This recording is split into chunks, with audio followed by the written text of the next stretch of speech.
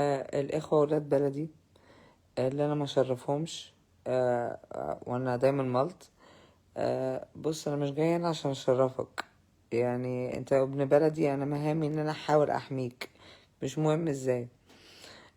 وملط برضو دي مش شغلك ولا مسؤوليتك ولا مهامك ولا أي حاجة. دي بتدل على أخلاقك. بس أنت بتقول إن الست اللي بتبقى لابسة قصير ولا في جلدها باين مسميها ملط، أنا مسميه ده فستان. بسميه قميص نوم، بسميه سبورتس برا.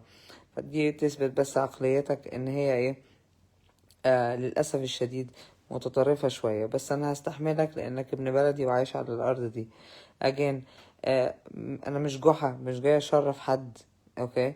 أنا بتعامل بشرف، لكن مش جاية إن أنا أنول شرفك ورضاك. مش جاية أنول آه آه آه، تقييمك ليا. يعني تقييمك ليا والله العظيم ولا يهمني ب3 جنيه.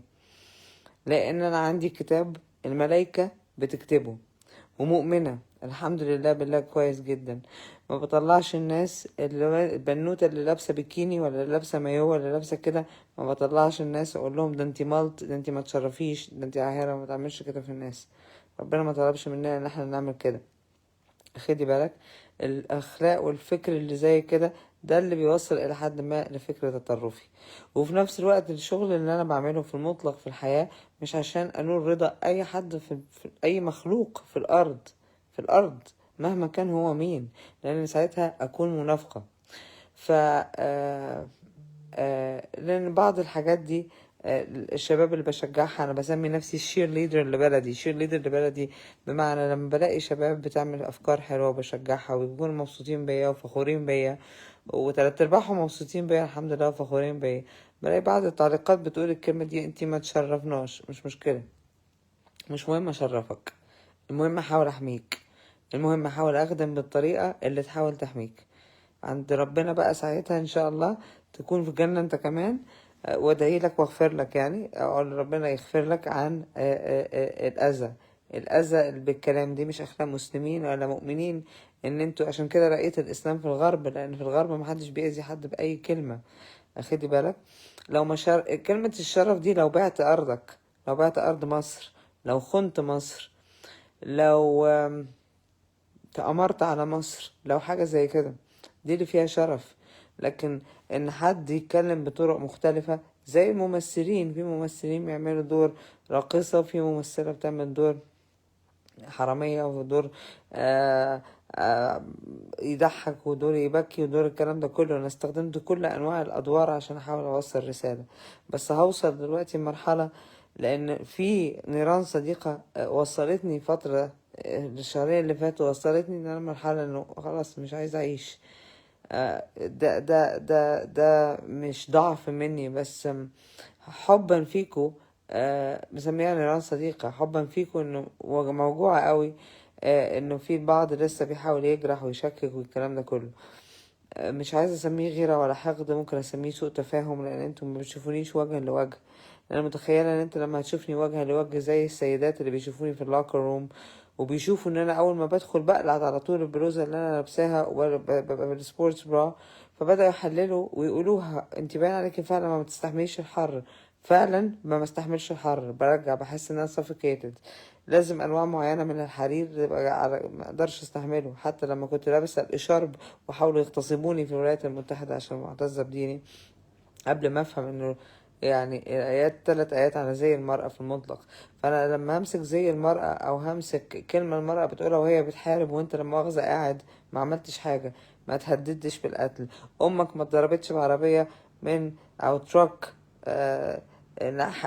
بتاعت اللي هي ال 18 ويلر تروك، الشاحنة الكبيرة، ما ضربتش من ضابط جيش أمريكي سابق في محاولة إن هما يكمموك ويسكتوك. ما تعملش لأهلك كمائن، وما تبهدلتش ولا ضحيت ولا عملت أي حاجة. ما اتطردتش في الشوارع وانت ليك يعني ما شاء الله عزيز قومي لحد ما، وما بقاش في الشوارع عشان اتعرض عليك عروض فيها حاجات ممكن تؤدي إلى شبكة سيئة.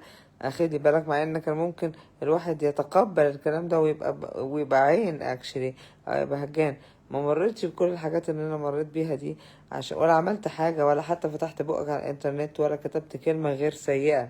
انت ما قدمتش حاجة لبلدك غير الكلام السيء، انه على ستات بلدك وذر هم لابسين كم ولابسين من نص كم، بيهزروا بشتيمة، بيهزروا بطريقة جريئة. مع كامل احترامي وعدم احترامي، انا في مصر ومن زمان شايفة السلوكيات عاملة ازاي جوه، كل واحد بيعمل ذنوب وكل واحد بيغلط، بس بتمثل على بعض.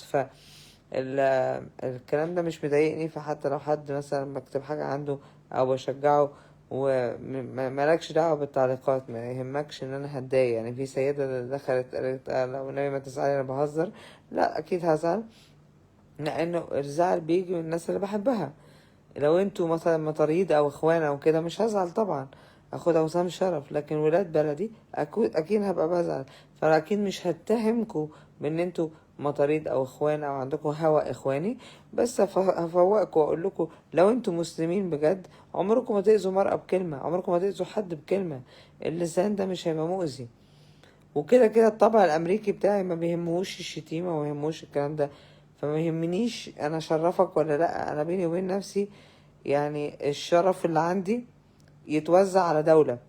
الشرف اللي عندي مع كامل احترامي، الهي يا رب الهي انا ارزقك ببنت تعرف تربيها ما بين امريكا 30 سنة والسعودية ومصر، وتفضل على الشرف والعهد والميثاق ده.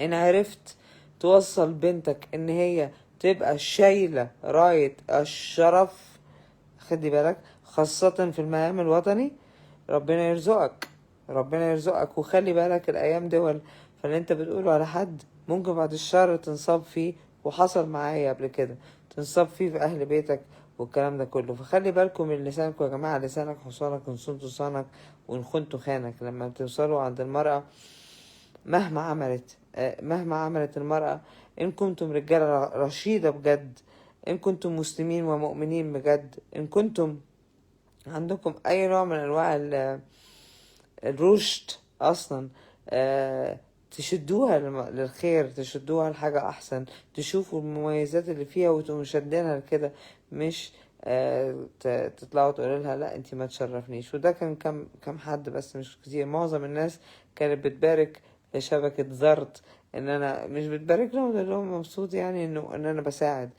لانه هقول لك حاجة، في فتنة بتحصل في الاول لما الناس بالذات في الشهرة والكلام ده كله، لان احنا مش هدفنا شهرة ولا هدفنا فيوز ولا هدفنا حاجة. احنا هدفنا دلوقتي ان احنا نحبط مخططات الشر من خلال الحرب النفسية اللي بتحصل والحرب المعلوماتية والكلام ده كله. فمش هتفرق دلوقتي. مش ما في كلنا نجوم يا سيدي يا سيدي مساعي، مش هتفرق. ممكن اديك فكرة في السر وتنفذها انت وانت اللي تظهر، ممكن تكون انت الكلام ده كله، فممكن بعد الشهر تتفتن. فبعد فترة لاحظت من سلوك البعض انه لما يعني بيحس ان هو انا واصل، انا هناك، انا فوق، انا تقربت من كرسي، تقربت من صوت، تقربت من حاجة، بيصابوا بعض من الغرور. ففي البداية دايما بحب اراعي آم، بداية اي حد، لانه طبيعتي كده انه بحب ازق واساعد غصب عني. حتى لو قلت لنفسي لا ما يعني بطلي تزقي وتساعدي، عشان في ناس بتضايقك وفي ناس بتجرحك في الكلام ده. مش قادر، ما بقدرش. يعني عندي غاية العطاء بتغلبني اكشلي. لما بشوف حاجة كويسة لازم ازق واساعد فيها كتير. فحتى لو بعمل دعاية ملط او دعاية ما تشرفش مش مشكلة، خلي الناس تتعرف على الصفحة دي وتشجع الشباب ان هي تكمل مسيرتها في الكاونتر اتاك اللي فيه سخرية. لان دي اجين من اقوى وسائل توصيل المعلومة، ان نوصلها بسخرية، ومش سهل ابدا على حد يعملها. عملتها كم مرة خلال 10 سنين، بس التقل بقى، الثقل بتاع التعب والزعل والحزن والنيران الصديقة اللي مش بتبطل آه، بتخلي الواحد يعني مش دايما بيعرف يوصل المعلومة بطريقة ساخرة. انا مش هتغير، ما بتغيرش، لبسي ما بيتغيرش، اسلوبي ما بيتغيرش، تلقائيتي وطبيعتي ما بتتغيرش. انا مش جاية هنا عشان خاطر، او مش ظاهرة لك عشان خاطر ارضيك انت كانسان، لان انا لو عملت كده ابقى انسانة منافقة. انا بيني وبين ربنا حساب، هو الوحيد الحاكم عليا. only God can judge me. الله سبحانه وتعالى الوحيد اللي قادر يحكم عليا. الله سبحانه وتعالى يحكم عليا برحمته. مش عايزة منكم اي حاجة غير ان انتوا تبقوا في سلام وتعيشوا حياة كويسة، تعيشوا حياة كريمة، تعيشوا مبسوطين actually، تعيشوا راضيين، تعيشوا مش بتقولوا لبعض حاجات وحشة وبتشوفوا عيوب بعض. لما بتشوفوا عيوب بعض معناها ان انتوا بتشوفوا عيوبكم، انتوا بتعكسوا العيوب اللي في نفسيتكم. لما تبص على حد اول حاجة تشوفها فيه الخير اللي فيه بيعكس الخير اللي عندك. لكن لما بتبص على حد تشوف فيه حاجة سيئة او تدعي ان عنده حاجة سيئة بيعكس الشر اللي عندك والفقر الشديد اللي في نفسيتك اتجاه الخير. اوكي، انا ما عنديش حاجة غير الخير، قلبي ما عندوش حاجة غير انه ابيض. اخد الحق بالنسبة لي في دماغي، مش ما عنديش غل في اخد الحق كمان. يعني قلبي مش مصاب بالغل ده. بحب اخد الحق عشان خاطر ابقى عايشة انا قوية زي ما انا الحمد لله، وعشان اعرف اجيب لغيري حقه. وفي ناس ليها حق عليا هنا في مصر، ناس بالاسم ليها حق عليا، ولدي بالاسم ليها حق عليا. فشاء من شاء وابى من ابى، اشرفك ولا ما اشرفكش ما يهمنيش.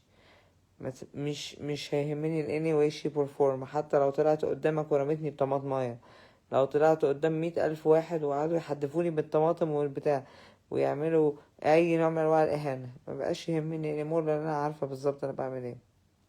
واحلى حاجه ان ربنا سبحانه وتعالى شاهد، وكتابي الحقيقي اللي بيتكتب بكل تفاصيله من ملايكة ملهاش اي اجندة ولا ليها اي ميول ولا ليها سوء ظن ولا اي حاجة. التقارير الحقيقية اللي بتتكتب فيا في كتاب هتحاسب عليه قدام الله سبحانه وتعالى. فيمكن في يوم من الايام واحدة زي هي اللي تشفع لك، ولا واحدة زي هي اللي ايه تكلم ربنا عنك وتقول الله يسامحك. سامحه يا رب فهو ما يعرفش. وده اللي هعمله دلوقتي. الله يسامحكم. يلا روح الله يسامحكم.